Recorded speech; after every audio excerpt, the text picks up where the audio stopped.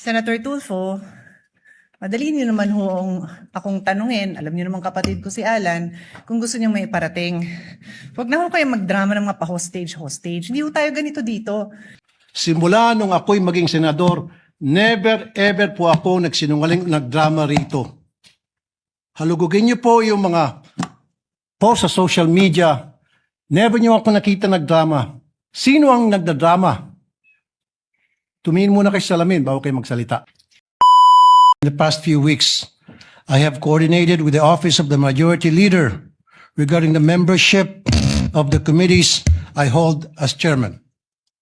In fairness to the Majority Leader's office, they have extended all efforts to formalize the election of the members of the Committee on Public Services and Migrant Workers. What disturbs me is that it is the inaction of the minority floor leader to confirm these memberships that holds important LEDAC bills hostage, such as the Department of Water, crucial franchise bills, and the OFW reintegration bills. To my colleagues in the minority, maraming salamat po for your confirming your intent to join my committee. But to the minority leader, my good friend, Senator Alan Peter Cayetano, it is time that we cooperate so that we may get back to legislating. If you have time to go on FB Live, maybe you have time to confirm or give the go signal to your minority members. Kasi Mr. President, pabalik-balik na po yung staff ko sa office ni Senator Peter Alan Cayetano para kumuha raw ng go signal nang sa gayon yung kanyang mga members ay ma-elect na sa committee ko.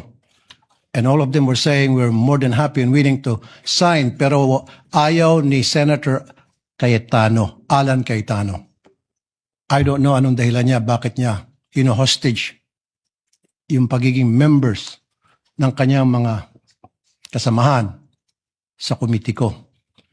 Hino-hostage niya po yung mga LEDAC bills sa kanyang pagtanggi na bigyan ng go signal ang kanyang mga kasamahan sa minority para pumirma. Mr. President, sana makarating to kay Senator Alan Peter Cayetano. Kanina sana kausapin ko po siya, kaso wala po siya dito ngayon. Therefore, I have no choice para dalhin to sa floor. Maraming salamat, Mr. President. Senator Raffy, thank you for that reminder. In fact, we have 32 committees that have yet to be fully convened. Kulang pa ho tayo ng mga members. And we would like to request later on, me and the majority leader would coordinate and talk to our minority leader to provide us with the list of members to fully complete the 32 committees. We recognize Senator Pia Cayetano. Thank you, Mr. Senate President. Actually, I don't really have to stand anymore because the Senate President already responded in the manner that I believe is becoming of the Senate. Senator Tulfo, madali niyo naman akong tanungin, alam niyo naman kapatid ko si Alan, kung gusto niyo may iparating. Huwag na kayo magdrama ng mga pa-hostage.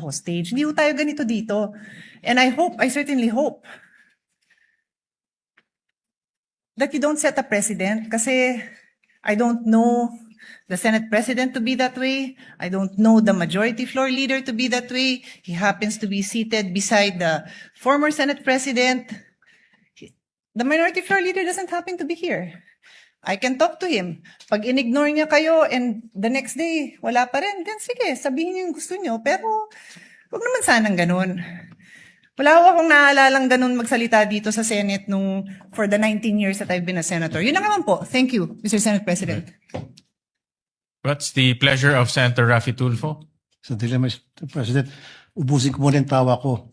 Never po ako nagdrama dito. Simula nung ako'y maging senador, never ever po ako nagsinungaling, nagdrama rito. Halugugin niyo po yung mga post sa social media.